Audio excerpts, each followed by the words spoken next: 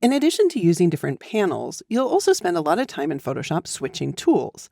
Now, almost every tool has a keyboard shortcut. For example, the Move tool has a keyboard shortcut of V, and the Marquee tool has a keyboard shortcut of M.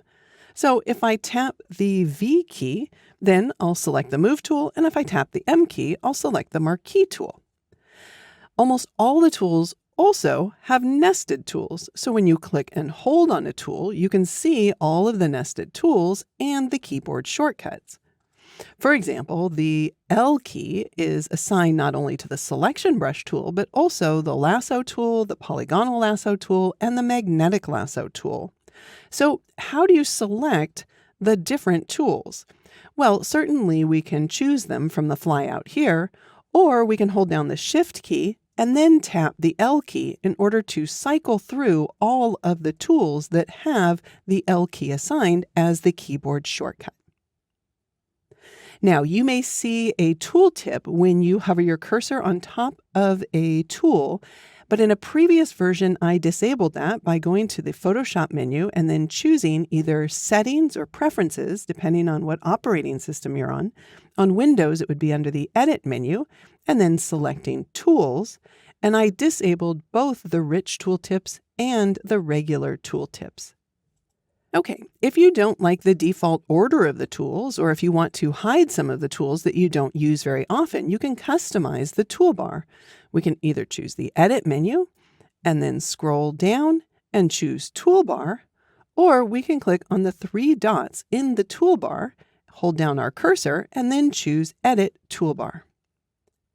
If we want to split out nested tools, we can simply drag and drop them. So now we can see that the rectangular marquee tool and the elliptical marquee tool each have their own place or position on the toolbar, and you don't have to click and hold because they're no longer nested. We can also remix or rearrange our different tools. For example, if I wanted to move the lasso tool up with the marquee tool, I could do so. All right, for now I'll go ahead and put that back. We can also remove tools that we don't use very often. I can just drag a tool over here to the right to the extra tools, and then they'll no longer be visible when we select our tool. We can, however, always access them by clicking on the three dots. In addition, we can change the keyboard shortcut for any of the tools that we want.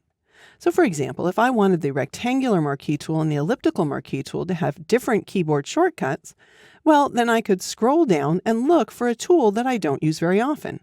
Let's say I don't use the eraser tool. Its keyboard shortcut is E, so I'd scroll back up, click on the M, and instead enter E.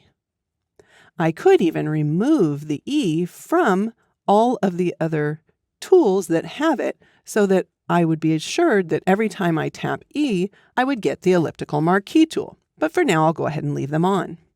After spending time setting up your own custom tools, you can save these custom sets by choosing Save Preset, then just give it a name, and save it in the default location. However, for this course, I'm going to choose to restore the defaults just in case someone has skipped this video. A few additional tool options.